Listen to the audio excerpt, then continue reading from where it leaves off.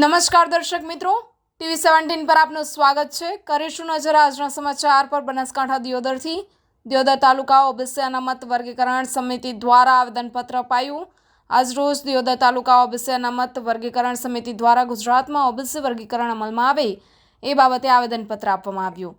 ગુજરાતમાં કુલ 146 સમુદાયો ઓબીસી શ્રેણીમાં આવે છે, પરંતુ માત્ર 20 જેવા સામાજિક, શૈક્ષણિક અને આર્થિક રીતે સમૃદ્ધ સમાજો જ તેનો લાભ લે છે। બીજી તરફ દેવી પૂજક, રાવળ, બજાણિયા, વણઝારા, ધોબી, મોચી, વાંસકોડા, ભોઈ, નુતારા, ડબગર, ફકીર, ભુવા, રિયા, કાંગસિયા, કાગળિયા, ખારવા, મદાર, ભરથર, નઠ, બારૈયા, સલાટ, સલાડિયા, વાઘરી, નાઈ, ડફેર, કોળી, ઠાકોર તથા અન્ય 100 જેવા નાના મોટા સમાજો વિકાસથી વંચિત છે।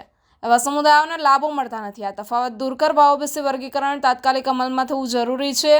સુપ્રીમ કોર્ટના 1992ના ઇન્દિરા સાહનીનો ઐતિહાસિક ચુકાદા પ્રમાણે ઓબીસી વર્ગીકરણ બંધારણીય છે।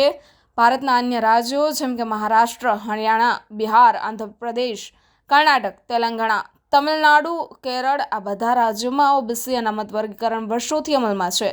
તો ગુજરાતમાં પણ તાત્કાલિક ધોરણે ઓબીસી અનામત માટેની સમિતિ બનાવી વહેલામાં વહેલી તકે ઓબીસી વર્ગીકરણ કરવામાં આવે અને આ વર્ગીકરણ અમલમાં આવે તેવી માંગણી કરવામાં આવી છે, જેમાં તાલુકાના આગેવાનો, યુવાનો, સરપંચો, ડેલિગેટ તથા શિક્ષણ પ્રેમી લોકો હાજર રહ્યા હતા।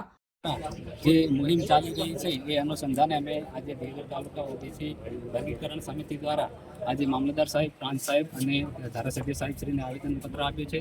એમાં અમારા મુદ્દા એ છે કે આ ગુજરાતની અંદર જે ઓબીસી સમાજ છે, એમાં ઓબીસી સમાજમાં જે અતિ પછાત સમાજો છે, ધારો કે ધોબી છે, વણઝારા છે, દેવી પૂજક છે, એમણે ઠાકોર છે, કોળી છે, એમણે આજ દિવસ સુધી જે સરકારના જે લાભો લીધા નથી અને લાભોથી વંચિત છે, એના માટે અમે આવેદનપત્ર આપ્યું છે। દિયોદર તાલુકા દ્વારા ઓબીસી વર્ગીકરણ અનામત સમિતિના માધ્યમથી અમોએ દિયોદર તાલુકામાં પ્રાંત સાહેબશ્રી, મામલતદાર સાહેબશ્રી અને ધારાસભ્યશ્રીને આવેદનપત્ર આપી અમારી રજૂઆત એ કરી છે કે ગુજરાતની અંદર 146 જાતિઓનો જે ઓબીસીમાં સમાવેશ કરેલો છે તે પૈકી જે સમાજ વંચિત રહ્યો છે, એટલે કે જે પછાત છે, અતિ પછાત, કે જાતિ આધારિત વસ્તી ગણતરી કરવામાં આવે અને વસ્તી ગણતરીના આધારે જે નાની જાતિઓ છે, જે સમુદાયો વંચિત રહ્યા છે લાભોથી, એ લાભો એમને મળે એના માટે કરીને સરકારશ્રી આગળ રજૂઆત કરી છે।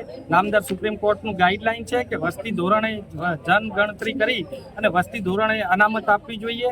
એ જ રીતે ઓબીસીનું વર્ગીકરણ થઈ રહ્યું છે, જેના અનુસંધાને આજે જોઈએ તો મહારાષ્ટ્ર, હરિયાણા, બિહાર, તમિલનાડુ, તેલંગાણા, કર્ણાટક આ રાજ્યોની અંદર વસ્તી ધોરણે અનામત આપવામાં આવેલી છે। જે અનુસંધાને નાઈ, વણઝારા, વાદી, પંચાલ, લુહાર જે સમાજના લોકો વંચિત રહ્યા છે એમને લાભ મળે, જેમાં ઠાકોર સમાજ પણ સમાવેશ થાય છે કે જે અતિ પછાત છે, જે ઓબીસીનો લાભ લઈ રહ્યા છે, ત્યારે સદ્ધાર વર્ગના માણસો એમને અલગ વર્ગીકરણ કરી અલગ ઓબીસીની અનામત આપવામાં આવે તો સરકારશ્રીને અમારી રજૂઆત છે કે આ વર્ગે જનગણતરી કરી અને ઓબીસીનું વર્ગીકરણ કરે।